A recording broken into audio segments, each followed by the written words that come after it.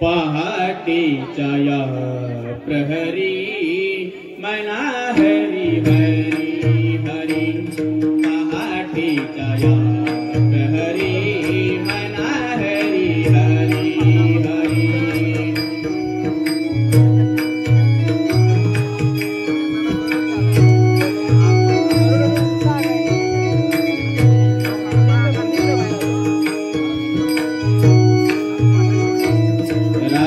शेवटाला गेली उका आभारी उदेली रात्र शेवटाला गेली उका आभारी उदेली फुलारले झाडे वेली फुलारले झाडे वेली जागवारी आसी आली वेळ शीतळाचा जिरी पक्षी गाती नाना परी पहाटेच्या हरी मना हरी हरी हरी पहाटेच्या हरी मना हरी हरी हरी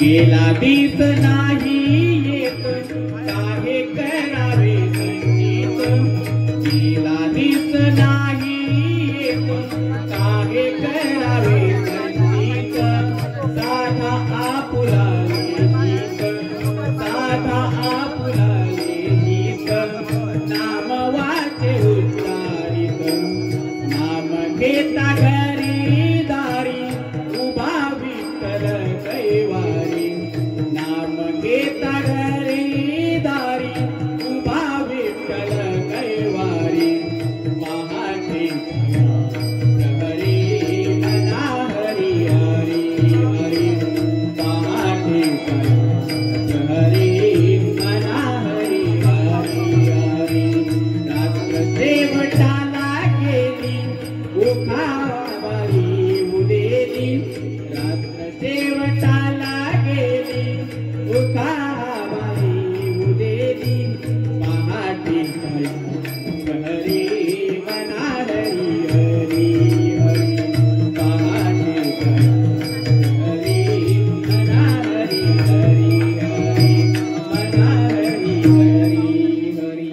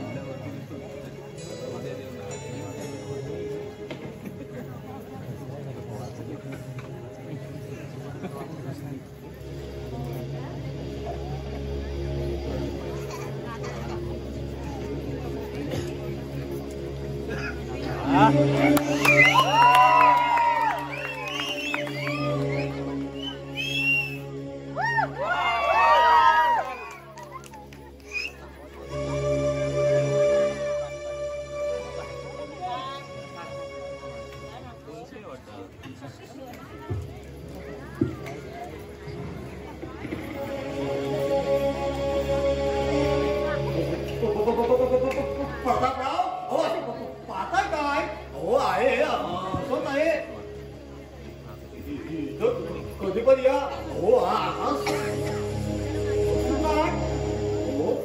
या घरापेक्षा ना हो ओसावडचा भूत बंगला मारा असे मेलेल्या माणसाचे फोटो आणि ही अशी मशाल शांतता तेव्हा आता थांबून काय उपयोग नाही. अहो तुम्ही सर्व दादा माणसाला हाक मारा. अरे पण ते असतील का घरात? जाणार कुठे मारायला? तो शाळा आणि घर याशिवाय दुसरं जगच कुठे आहे त्याला. त्यात आज रविवार म्हणजे शाळा सुट्टी. आज पुढे तरी झडपडी करत असतो बघा. प्रतापराव अहो आधी चढून गेला तो चांगला दम भरा. नाहीतर तो आहे गोड बोला.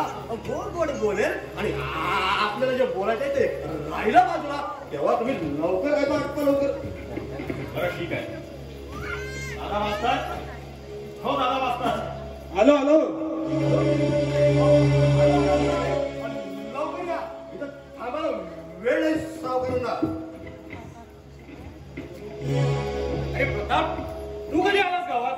तुम्हाला दिसला तेव्हा मी त्याला विचारतोय खरकटे. आज संध्याकाळी आलो. बाबांची प्रकृती जास्तच खालावली असा आईचा कॉल आला. ताबडतोब निघूनच आलो. सावकारांची तब्येत दिवसेंदिवस खालावत चालली. इतकी औषधं झाली, डॉक्टर झाले, पण गुण काही येत नाही. अरे तू उभा का बैस तरी. बसायला वेळ नाही त्यांना. प्रतापराव बाबासाहेबांचा निरोप आहे कसा सांगा. आणि इथं लवकर निघूया. काहीतरी ह्या बघत थोडा वेळ थांबलो ना तो म्हणजे जात तरी बसेल आणि ती लवकर उडायला या घरात कांदा सुद्धा नसेल. हो खरकटे, तू माझ्याकडे पाहुणा म्हणून आलास की माझ्या गरिबीची लक्तरे काढायला? जागा सर उगा गुंड्या येऊन बोल. प्रतापराव हो मुद्द्याचा बोला नाही बाहेर चला. प्रताप, काय निरोप आहे सावकारांचा? बाबांनी सांगितलंय यापुढे माझा काही भरोसा नाही. तेव्हा ज्यांना ज्यांना कर्जावर रक्कम दिले त्यांना तू स्वतःवर भेटू नये. आणि बाबासाहेब तुमच्या अंगावर 50,000 जास्त रक्कम आहे म्हणून मी तुम्हाला प्रथम भेटायला आलो. मग काय म्हणताय? म्हणताय काय? कधी करा ते विचारा. खरकटे, मी कर्ज काढले की मोठ्या सावकारांकडून, तुझ्याकडून नाही. तर तू जरा गप्प राहा. पाहिजे प्रतापराव आपल्या गावातील लोकांची नीती घेताना हाजी हाजी आणि घेताना सगळं पाहिजे. जरा विचार करून बोल तू खरकटे. उपकार करण्याला दोष देणारी जगाबाज अवलाद माझी नाही. सावकारांनी त्यावेळी मला मदत केली त्याची जाणीव आहे मला. मी त्याला कधीच विसरणार नाही आणि त्याला विसरणार कधीच नाही. झाली प्रतापराव 7 तारखेला सुरुवात झाली. तुम्ही मुद्द्याचं बोला आणि लवकर चला. दादा मास्तर, अहो यापुढे बाबांचा व्यवहार मी स्वतःच पाहणार आहे. म्हणून तर मुंबईची चांगली नोकरी सोडून मी इथे आलो. आता येत्या महिन्याभरात ही सगळी वसुली रक्कम आणि हा कर्जावर रक्कम देण्याचा धंदाच बंद करणार आहोत आम्ही. तेव्हा दादा मास्तर, तुमच्यावर असलेली रोख रक्कम 50,000 अधिक 3 वर्षाचं व्याज येत्या महिन्याभरात देऊन टाका. आतापर्यंत थांबलो आम्ही. यापुढे धंदाच बंद करायचा आहे तेव्हा थांबण्याचा काही प्रश्नच येत नाही. माझ्या सुनील सारखा तुला मी माझा पाठचा भाऊच समजतो. आणि मी कर्ज काढलं ते सुनीलच्या शिक्षणासाठी. त्याचे बीएचं शेवटचं वर्ष आहे. तो हुशार आहे, नक्कीच पास होईल. पास झाल्यावर एखादी चांगली नोकरी मिळाल त्याला फारसा वेळ लागणार नाही. मग येत्या वर्षभरात तुझी सगळी रक्कम व्याजासकट देऊन टाकतो. नाही दादा मास्तर, मी वर्षभर थांबणार नाही. मी तुम्हाला महिन्याची मुदत दिली आहे, वर्षाची नाही. थांबलास तसा आणखी एक वर्षभर थांब प्रताप. माझा सुनील नोकरीला लागला की या तुमच्या कल्पना पत्त्याच्या बांगल्याप्रमाणे ढासळून जमीनदोस्त होणार आहेत मास्तर. भावावर फार मोठा विश्वास, पण ज्याच्या जीवावर तुम्ही हे पुढील स्वप्न पाहता तो तुमचा भाऊ मुंबईला काय धंदे करतोय ते तुम्हाला इथे बसून काय कळणार? काय करतो तू तिथे? तो कॉलेजला तर जातो ना. हे प्रताप, तो तुला भेटला का? तसा तो खूप वेळा भेटला होता मला, म्हणून तर असं बोललो मी. अहो प्रतापराव बाणी काय करायचं आपल्याला? भाऊ पावर घेतील. तुम्ही फक्त तुमच्या देण्याबद्दल विचारा. तेव्हा दादा मास्तर, मला माझी रोख रक्कम येत्या महिन्याभरात मिळालीच पाहिजे. नाहीतर नाईलाजाने तुमच्या आमराईत ताब्यात घेईन. तुमच्यासारख्या शहाण्या माणसाला मी अधिक सांगण्याची गरज नाही असं मला तरी वाटतं. अगदी बरोबर. आपल्या जिल्ह्यातील राष्ट्रीय पुरस्कार मिळवले हे आदर्श शिक्षक. त्यांच्या शाळेबद्दल प्रश्नच नाही. बरी आठवण झाली प्रतापराव. गेल्याच वर्षी दादा मास्तरला आदर्श शिक्षक म्हणून सोन्याचं मेडल मिळालंय. अहो आसपास 30-40 हजाराचं आहे.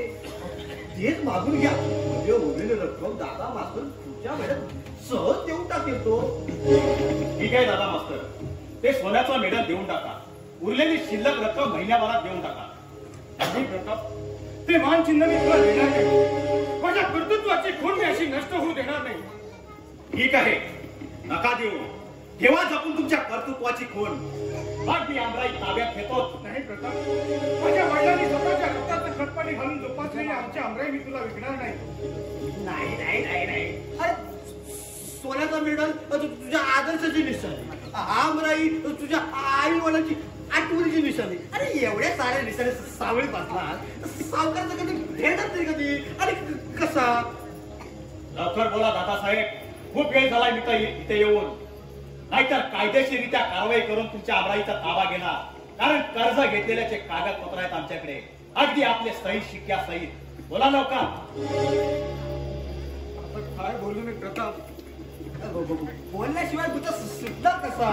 आता आई वडिलांच्या आठवण म्हणून आमराई देत नाही. पण ठीक आहे, पण आतापर्यंत एवढं सारं केलं त्या बंधू प्रेमासाठीच ना. अरे चाललं तुझी बायको तरी सुद्धा तू दुसरं लग्न नाही केलंस का? तर भावाच्या शिक्षणासाठी पैसा हवा म्हणून एवढा ताक केला. मग ते एवढ्याच्या मिळण्यासाठी कशाला रडतोस? तुला नाही कळायचं ते खरकटे. अरे हृदयातील दुःख ज्याचं त्यालाच कळतं, दुसऱ्याला त्याची कल्पना सुद्धा येत नाही. माझा सत्कार जिल्ह्यातील एक आदर्श शिक्षक म्हणून राष्ट्रीय पुरस्कार ते सोन्याचं मानचिन्ह. ठीक आहे, अरे एवढं सगळं केलं मी माझ्या भावासाठी, मग त्याच्या सुखासाठी, आमच्या आमराईसाठी. त्या सोन्याच्या मेडलची काय करता? थांब प्रताप, आलोच मी.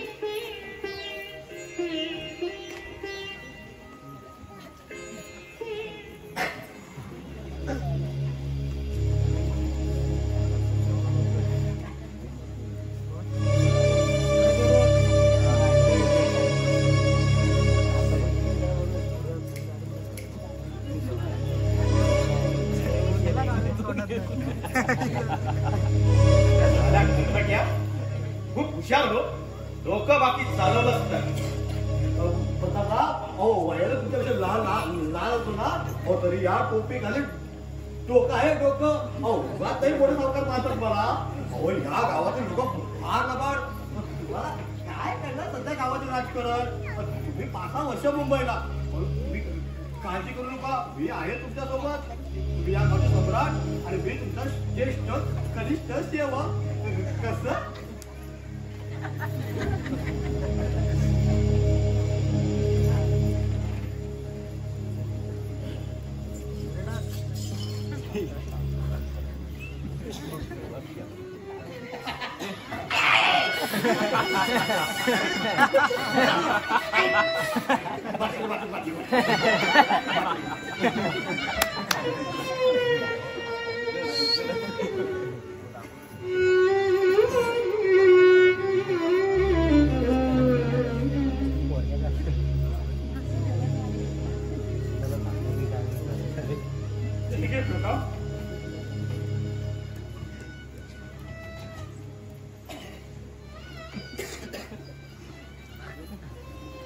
उरलेली रक्कम मी येत्या महिन्याभरात देऊन टाकतो तुझी. ठीक आहे मास्तर, संध्याकाळी घरी या.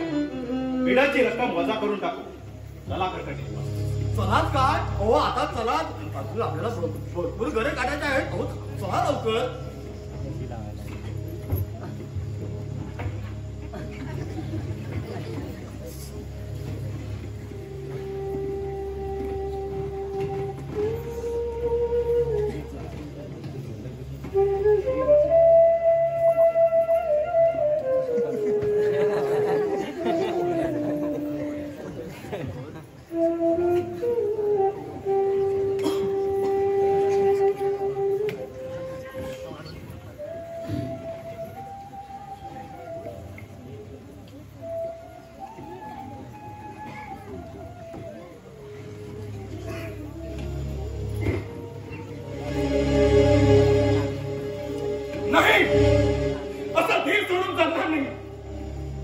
आई वडिलांना दिलेलं बंधू प्रेमाचं वचन मी असं अर्ध्यावरच विसरलो नाही.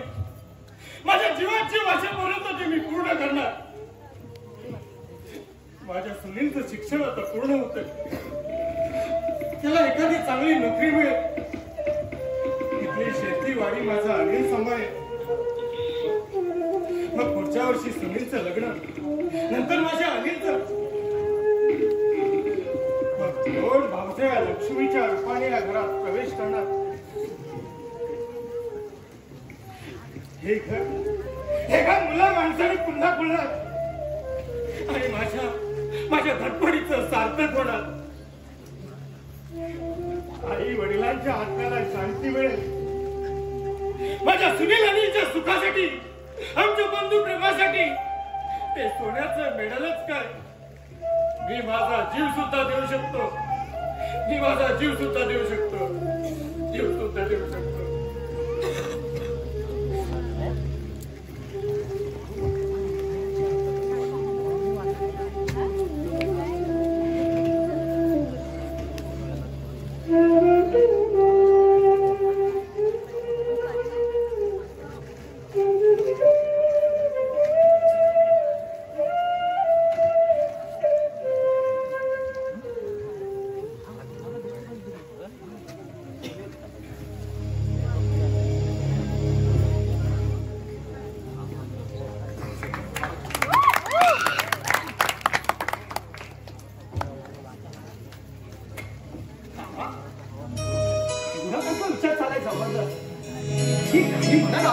विचार तर आमच्या बद्दलच चालले असतात. आमच्या सुनीलचं कसं होणार, आमच्या अनिलला कधी अक्कल येणार.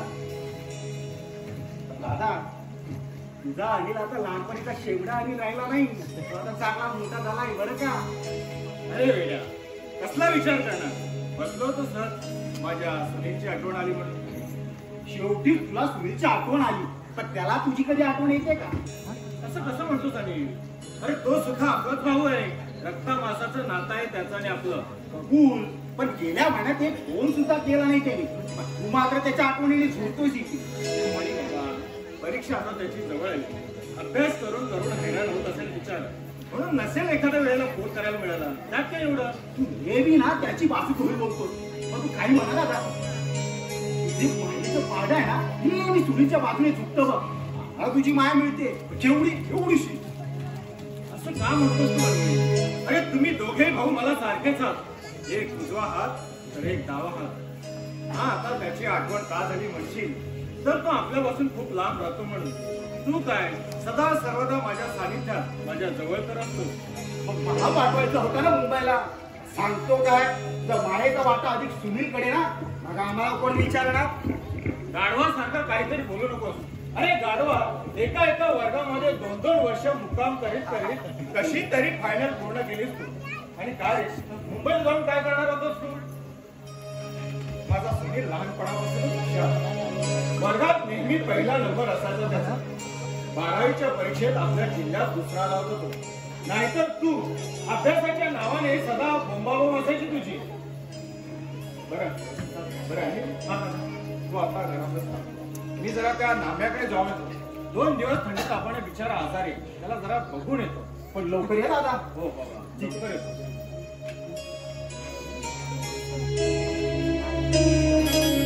आमचा दादा म्हणजे ना हे तर खास आजारी आहे. हो गावात कुणी आजारी हे कळलं की हा लगेच निघाला.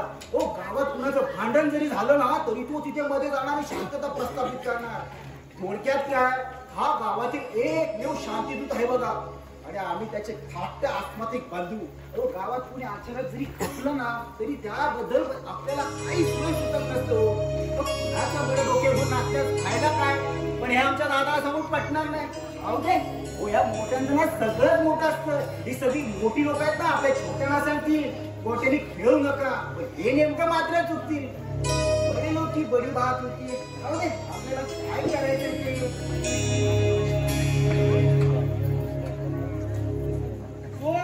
चोर हे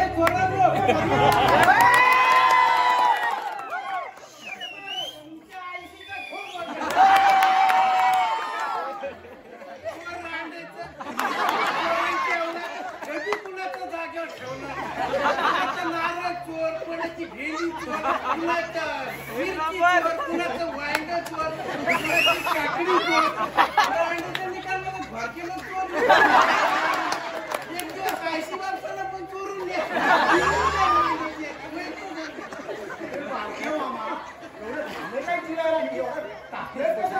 तू पण कसलाच तुला मित्र ते दिवसभर कंगाल करायची गावात आणि रात्री चोऱ्या करायच्या. कुणाचं काय म्हणून जागेवर ठेवत नाही.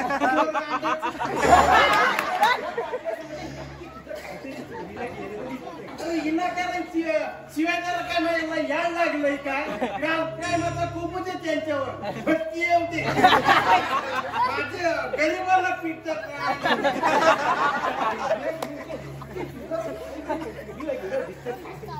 तुम्ही सगळी कार्ती एक सारखीच रे. एक तरी गावात चोर नाव घेण्यासारखं आहे काय. आता दादा मास्तरांना भेटू दे, त्याला विचारता का नाही की बघ शाळेतल्या पोरांना काही चोऱ्या करायला शिकवतो काय? विचार तुझ्या माहिती केळी काकडी तर चोरले की काय. माझ्या केळ्याला आणि काकडीला हात लावला त्यांचा दुसरा बापूस यायला. तुझं केळी काकडी सगळं काही जागेवर आहे, मग चोरलं काय तुझ्या पोराने. आणि तू माझी भंकस करू नको हा. तुझी दादागिरी तिकडे त्या वाढीत जातो. मला काय रे मामा मामा म्हणतो आणि माझी फिरकी चालतोस काय. अरे हसतोस काय. त्या पोराचा राग माझ्यावर कशाला काढतोय. अरे चिडू नाही तर काय करू. रात्री रांधीच्यानी माझी कोंबडी चोरली, पिलकरीत ठेवली. त्यांचं काही चांगलं होईल काय. चांगलं होणारच नाही. आता तू सांग मला रावणावर काय त्यांच्या आईशीला बसून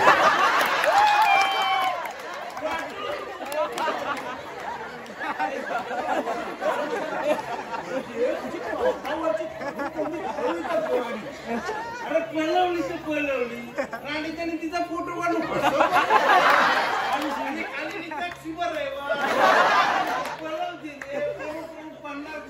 त्या वाडीच्या बाहेर तर जाणार नाही ना. अरे पिसान पीस शोधून काढतो.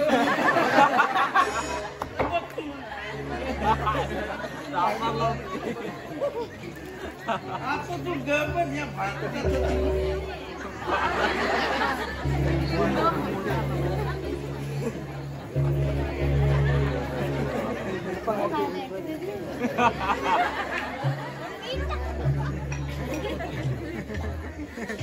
बाय माझ्या आई सत्याची पांढरी आणि आज तू निंबावर संध्याकाळचा बहर आहे आणि तू बोललं गेलं नाही. तर बाय माझी आई हा विषय थलातला असू, गावातला असू किंवा भावकीतला असू, तर बाय माझी आई या विषयाला तू उभं राहून खऱ्याचं खोटं खऱ्याचं खरं आणि खोटं. तर बाय माझी आई माझी हे कोंबडी पळवण्याचा कोणी भाग घातला नाही. बाय माझी आई कशापासून चांगल्यापासून आहे का वाईट. मी असं तुला विचार, हा जो चोर आहे तो गावातला आहे का भावकीतला. बाय माझ्या आईशी बाकी येऊ नको. हा विषय तुला करायचा काय म्हणून. हा चोर गावातला नाही. हा चोर गावातला नाही तर बाय माझ्या आईशी हा चोर कुठचा आहे भावकीतला आहे. बाय माझ्या आईशी हा जर चोर भावकीतला असेल तर आण पुढं त्याला. आण पुढं बाय माझ्या आईशी.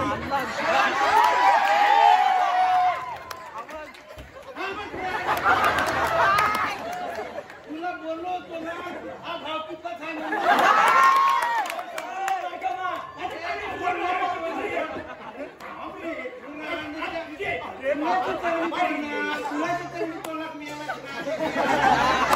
बापाला विचारून आलाच काय. आयशीला विचारून आलास काय. शिव्या देऊ नको सांगून ठेवतो मी तुला. अरे चोर कुणाला म्हणतोस रे. बजरिया तुला म्हणतो तू कोंबडी चोर. बाकी मामाची ना कोंबडी चोरला गेली. बरं जरा सांग नाही तर बाकी मामाला काय नाही रे. अरे भगतगिरी करून नुसता पैशाने फुगलाय तो. मी भगतगिरी करून फुगलोय आणि तू काय राणीच्या चोऱ्या करून फुगलोय. सांगून ठेवतो माझ्या भगतगिरीचा नाद करू नको. गोळा करून राणीच्या जागेवर ठेवून ठेव.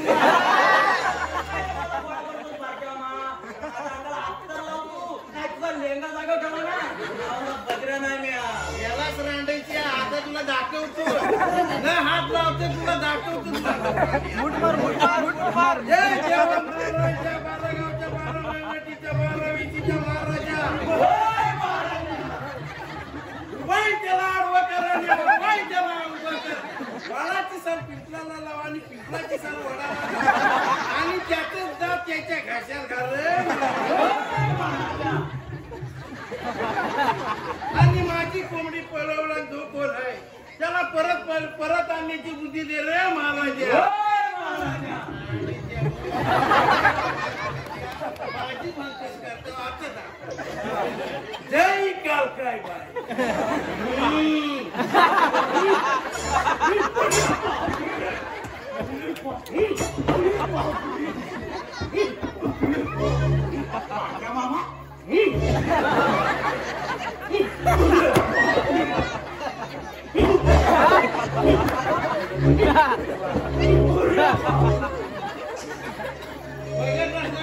माझी म्हणते त्या मामा अरे कोंबडीचं राहिला बाजूला हात काढतो मात्र बिचारा पायचऱ्यावरती. अरे बिचारा कसला पक्का डांबीस तू.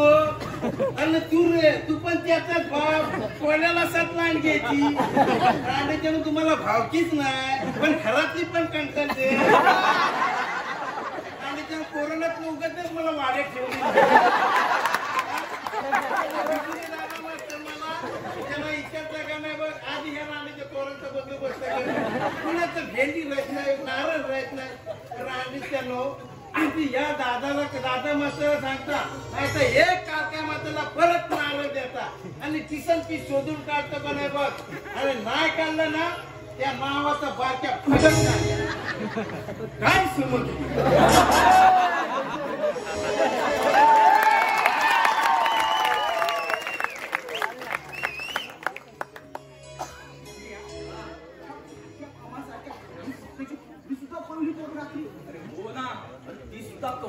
चालू कोंबडी माझ्या आठवड्यात एक कोंबडी खातो की फुकटचं.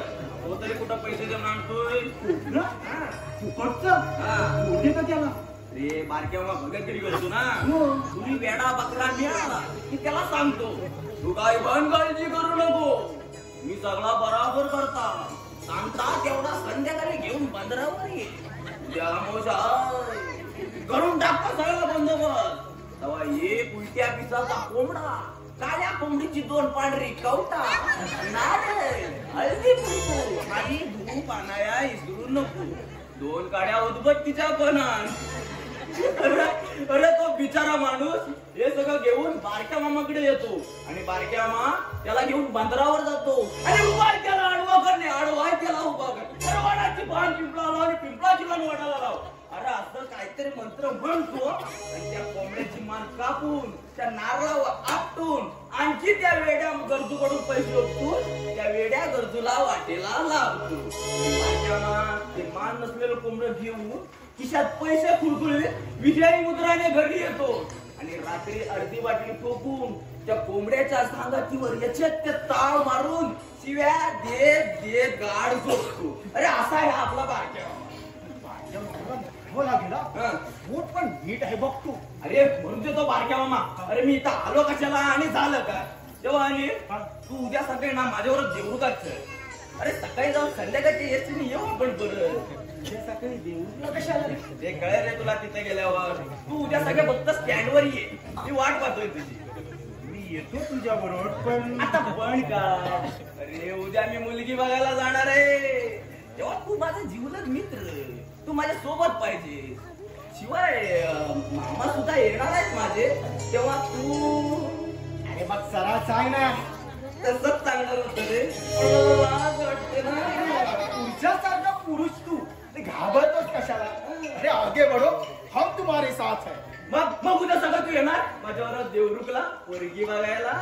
पोरगी बघायला हा तुझ्यासाठी हा हो बाबा हो, तुझ्यासाठी नाही माझ्यासाठी. पण अनिल हा तिथं गेला नेमकं काय करायचं असते रे? बाबा मला तरी कुठला त्यातला अनुभव आहे हा. एकदा तरी सांगतो तुला हा सांग सांग. जेव्हा मुलगी चहा घेऊन येईल ना आली तर तिला डोक्यापासून पायापर्यंत नीट पाहून घ्यायची पाहिली वसंत पडली पडली. तरच होकार हा ऐकू नका हा अगदी असंच करूया. पण अनिल आजपासूनच माझी छातीला भीतीने धाड धाड उडते. एक बोलू नकोस बाबा मी आहे तुझ्या बरोबर अरे म्हणून ती तुला घेऊन जाणार आहे. एकदा का पसंत पडली लग्न झालं की मी मग घाबरणार नाही. की बघ माझा फक्त पराक्रम. असा पराक्रमी आहेच ना म्हणून तर तुझं नाव बजरंग बली ठेवलंय मग काय पण आणि अरे पण तू कधी करणार रे लग्न? हे अजून माझ्या लग्नाला खूप वर्ष आहे अजून आमच्या सुनीचं परीक्षेचं होणार त्याच्यानंतर त्याला मोठ्या प्रकारे जॉब भेटणार त्याच्यानंतर दादा त्याचं लग्न करणार तर आपला नंबर आहेच की अरे हे अगदी असंच होतं माझं. मी ना तुमच्या सुनीलला ना विसरूनच गेलो. सुनीलला मोठ्या पगाराची नोकरी लागली ना की चंगळा करतो तुझी. बरं मग मी आता येतो. अनिल हा बोल उद्या सकाळी न विसरता एसटी स्टँडवर बाबा ये. हो बाबा नक्की सकाळी एसटी स्टँडवर होते मग तर झालं. मग तर ठीक आहे येतो तर मी. हा. तुझ्या फिरतीचा राहीन तुम्हाला ठाव.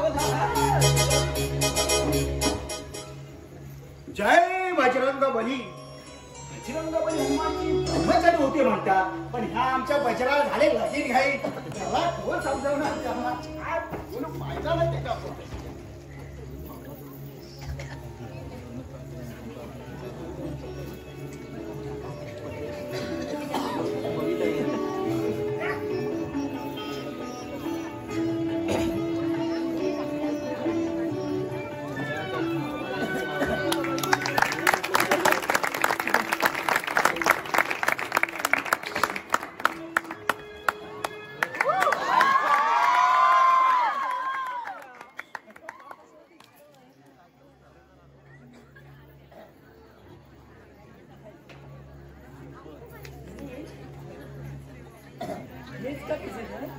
हो हेच आपलं घर. कसं काय वाटलं? छान आहे ना? छी हे काय घर आहे? अरे यापेक्षा मुंबईची झोपडी बरी. आणि हा काय गाव आहे? त्यापेक्षा मुंबईची धारावीची झोपडपट्टी बरी. आणि गावातील माणसं बाप रे एसटीतून इथं येईपर्यंत एकूण एका दारातून अगदी नुसतं रोखून पाहत होते एका माणसाकडे. नवीन दिसत गावा म्हणून आश्चर्यानं सगळी तुझ्याकडे पाहत होती. त्यात काय एवढं आश्चर्य पाहायचं? माणसासारखी माणूसच ना मी. अवघड नुसतं आंबून गेले तेच तुम्ही माझं.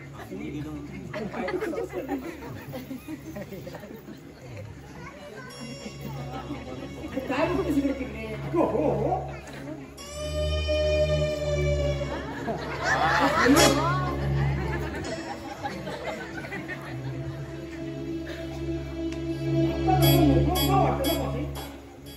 अरे पण सुनील घरी कोणी आले की नाही?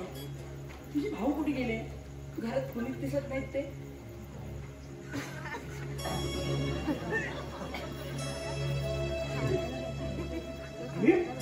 तू कधी आला? आता आलो हा माझा धाकटा भाऊ आहे. हा नाव अगदी सुरुवातीला ठेवली तुझ्या आई वडिलांनी. असा गोंधळ तोड काय लागतो माझं? त्याला सांग या सुट्टीत नेऊन माडीवर ठेव म्हणून. हो हो सांगतो पण तू पाहुण्या कोण ती पाहुणीच आहे रे. अरे ही आणि मी कॉलेजमध्ये एकाच वर्गात होतो.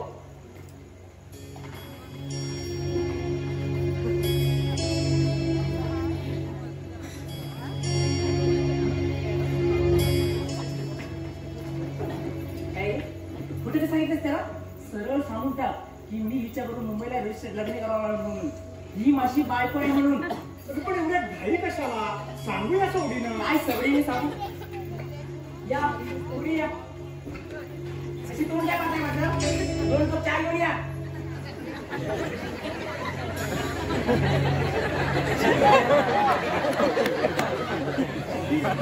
तू माझा भाऊ आहे नोकर नाही इथला. भाऊ असलं म्हणून काय झालं? साधा चहा घेऊन ये म्हणाले. भांडी कसे त्यांनी सांगितली त्याला. काय पण काय वर येते भावाचा. याला म्हणतात आदर्श भाऊ. तुला आता कसं सांगू तेच कळत नाही मला. मी तर पुरा गोंधळून गेलो स्वाती. आणि गोंधळून कसला पूर्ण घामाने घामावून झालास तू एवढा थोडं घामाला तुला. अरे पण मी म्हणते स्वतःच्या घरात एवढा घाबरतोस. कमाल झाली तुझ्या भित्रेपणामध्ये. मी तुझ्याबरोबर लग्न करायचं. आता कसला पण शिल्लक राहिला रे. लग्न केलंस तू माझ्या बरोबर आणि हे सगळं करायचं पण आमच्या दादाला कळल्यानं काय होते. दादाची फार भीती वाटते का मला. एवढ्या घाबरतोस भावाला. लग्न केल्यास म्हणजे चोरी तर नाही ना केलीस. हे बघ हे भावाचं लग्न आहे ना ते तू मिटून टाक. माझ्या डोक्याला त्रास झाला तर सरळ उठून मुंबईकडे गेली. पण तुझ्या भावाची जबाबदारी मी खपून घेणार नाही. यापुढे मी सांगेन तसंच होईल इथे. तसं लग्नापूर्वी तसं वचन दिलेस तुम्हाला. तुझं म्हणणं पटतंय मला. तरी सुद्धा दादा माझा मोठा भाऊ आहे. माझं शिक्षण पूर्ण होण्याचे स्वतः सुद्धा यात काय एवढे दिवे केले त्यांनी. भावाचं कर्तव्यच पार पाडलंय ना मग त्यात एवढं अवलंबून होण्याचं कारण काय. आमच्या दादाच्या स्वभावाची कल्पना नाही होती. एकदा का तो चिडला तू शांत होत नाही. आणि आता तर मी तुझ्याबरोबर अचानक याचा विचार माझ्याबरोबर लग्न करण्यापूर्वी का नाही केलास तू. त्यावेळी मोठमोठ्या प्रश्नांनी एवढा भारावून गेलास आणि स्वतःच्या भावाला विसरलास. त्याच वेळी मला हे सांगितलं असतं तर आज ही वेळ आली नसती. ते काय नाही मी तुझं ऐकणारच नाही. आई वडिलांच्या विरुद्धाला न भीता तुझ्यावर लग्न केलं मी. इथं या पुढे माझी सत्ता चालणार. तसं नसेल ना तर आत्ताच्या आत्ता मुंबईला जाण्यास तयार आहे. तू माझं जरा ऐकून तरी घे. तू तुझा टाकल्या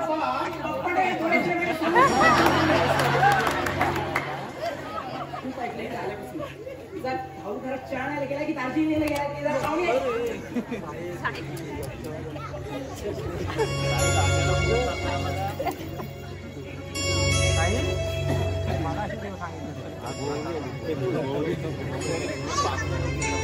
त्याला बघून का पुढच्या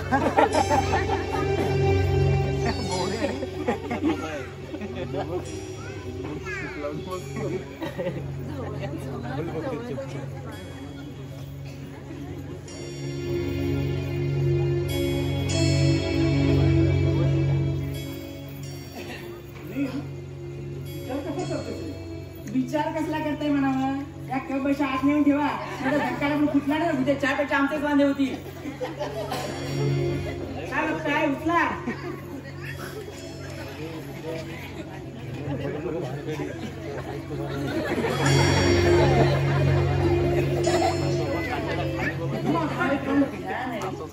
मी बरं खेडेगावात जाईल.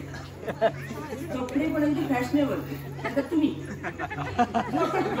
काय घेणार माझ्या आई. काय तुमच्या भाऊ आहे.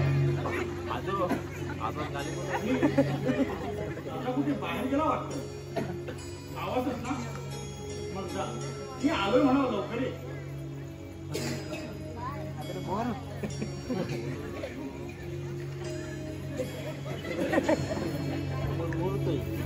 सुनील तुझ्या भावाला ना घरी आल्याबरोबर आधी घर दुरुस्तीची ऑर्डर दे. आणि हे काही घर आहे त्यापेक्षा गुरांची गोठी बरे. या असल्या घरात आपल्याला जमणार नाही गो. हे सगळं मी पाहत होतो पण तू थोडा वेळ शांत राहा. इथं माझी कसं पाचाव धारण.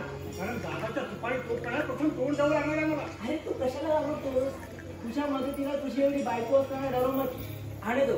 अरे हमने देखता है क्या करेगा तुम्हारा बड़ा भाई. श्रीमंत बापाची शिकलेली सुशिक्षित मुलगी आहे मुंबईची. 4 दिवसात अगदी स्वतःसारखी सरळ करते मग तुझ्या तुम्ही तर तू आता गप्प राहा. काय घेणार माझ्या आई. पाया पडतो तुझ्या पण तू थोडा वेळ शांत राहा.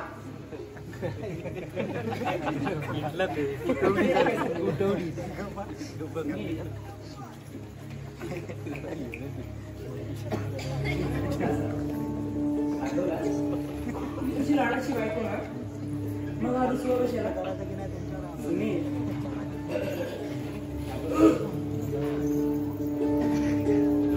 तू चांद राती ते जाळताना हे प्राण माझे ओवाळताना का प्रीत रेडी लाजते.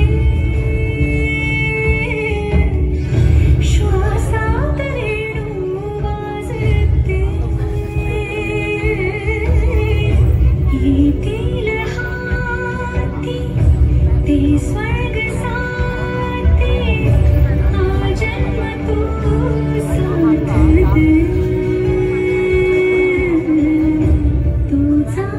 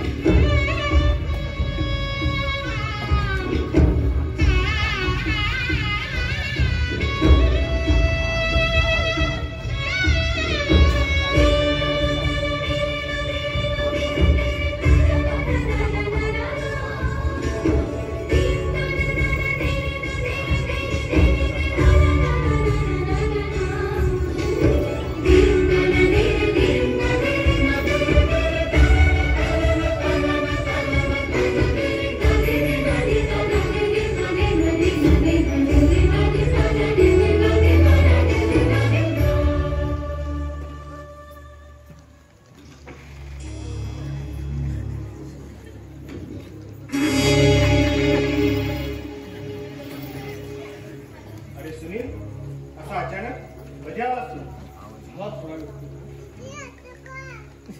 या पाहुण्या कोण? दादा दादा क्षमा कर मला. लग्न केलंय. सुनील तू लग्न केलंस? अरे लग्न म्हणजे माणसाच्या आयुष्यातील एक प्रमुख आनंदाचा क्षण. अशा क्षणी तुला तुझ्या दादाचा आणि पाठच्या भावाचा विचार कसा पडला? माझी दादा मी माझ्या मनात थांबू शकलो नाही आणि लग्न करून मोकळा झालास. शिक्षण अजाव सोडून इथे आलास. मी उरी बाळगलेल्या स्वप्नांची राख रांगोळी केलीस. अरे स्वप्नात देखील वाटलं नव्हतं तू असं काही करशील म्हणून.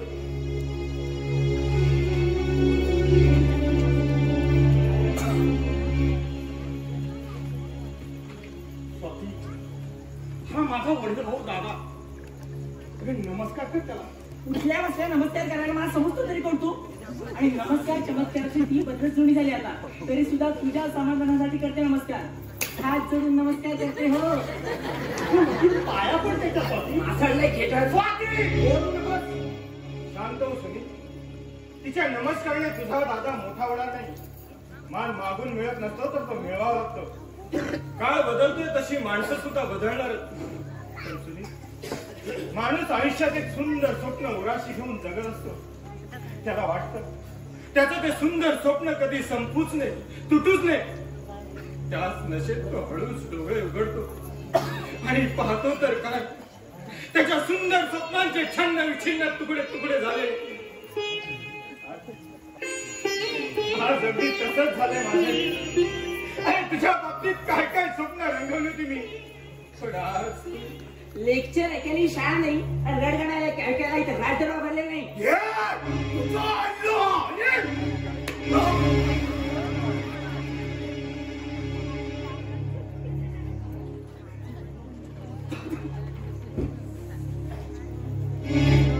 नाट्य रसिक आणि रंगदेवतेला विनम्र अभिवादन. ग्रामदेवतेच्या चरणी नतमस्तक होऊन महाराष्ट्राचे आराध्य दैवत छत्रपती शिवरायांना वंदन करून परशुरामाने निर्माण केलेल्या आणि त्यांच्या पदस्पर्शाने पावन झालेल्या या कोकणच्या मायभूमीत नाटक कलेचा सांस्कृतिक वारसा जपत अनेक वर्ष रसिकांच्या मनावर अधिराज्य गाजवणारे कलेचं नंदनवन असणाऱ्या रंगभूमीवर सादर करीत आहोत वैकुंठवासी बाबाजी दाजी गुडेकर, कैलासवासी तानाजी रावजी धोमाळ, श्री थापटू सोमाटिके यांच्या आश्रयाखाली चालत आलेले श्री हनुमान नाट्य मंडळ मौजे मुंबई सहर्ष सादर करीत आहे. कमलाकर बोरकर लिखित कौटुंबिक जिव्हाळ्याचे सामाजिक नाटक बंधू प्रेम. दिग्दर्शक सोनू डिके, तबला वाद्य दीक्षित गुडेकर, पार्श्वसंगीत डॉक्टर अजित गुडेकर, पार्श्वगायक हेमंत डिके, प्रकाश योजना चंद्रकांत धुमाळ, रंगभूषा तानाजी गुडेकर, ध्वनी संकलन सचिन खांबे, रंगमंच सजावट सुरेश गोरिवले, विजय डिके, चंद्रकांत धुमाळ, कलाकार दादा अमोल डिके, सुनील परशुराम गुडेकर, अनिल मनोज धुमाळ, बारक्या मामा विजय खांबे, प्रताप जितेंद्र गोरिवले, खरकटे रोशन डिके, बजरंग मंदार खांबे आणि सौभाग्यवती स्वातीच्या भूमिकेत अभि गुडेकर श्री हनुमान नाट्य मंडळ मौजे मुंबई सहर्ष सादर करीत आहे कौटुंबिक जिव्हाळ्याचे 3 अंकी नाटक बंधू प्रेम. बंधू प्रेम, बंधू प्रेम.